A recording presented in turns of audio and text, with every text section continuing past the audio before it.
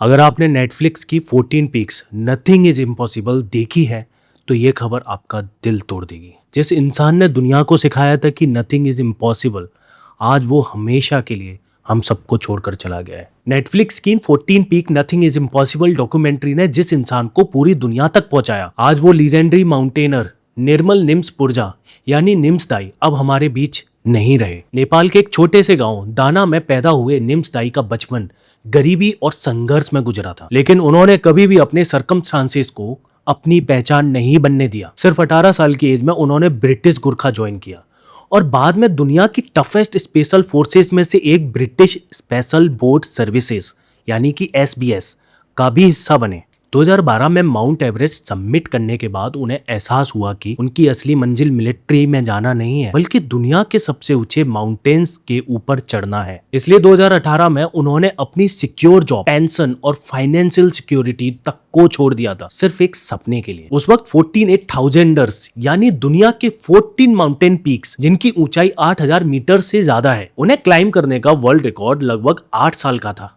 लेकिन निम्स दाई ने अपने प्रोजेक्ट पॉसिबल के थ्रू वही इम्पॉसिबल लगने वाला काम पता है कितने टाइम में कंप्लीट किया?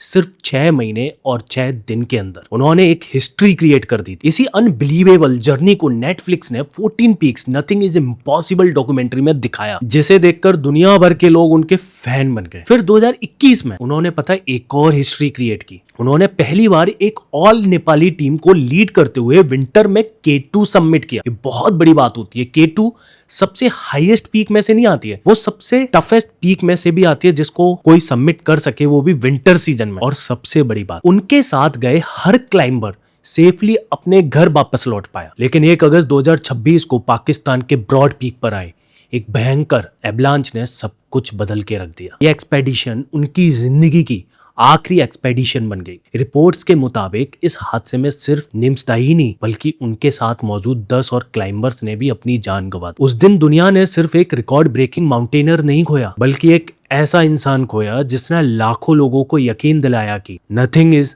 Impossible. Rest in peace NIMS Dai.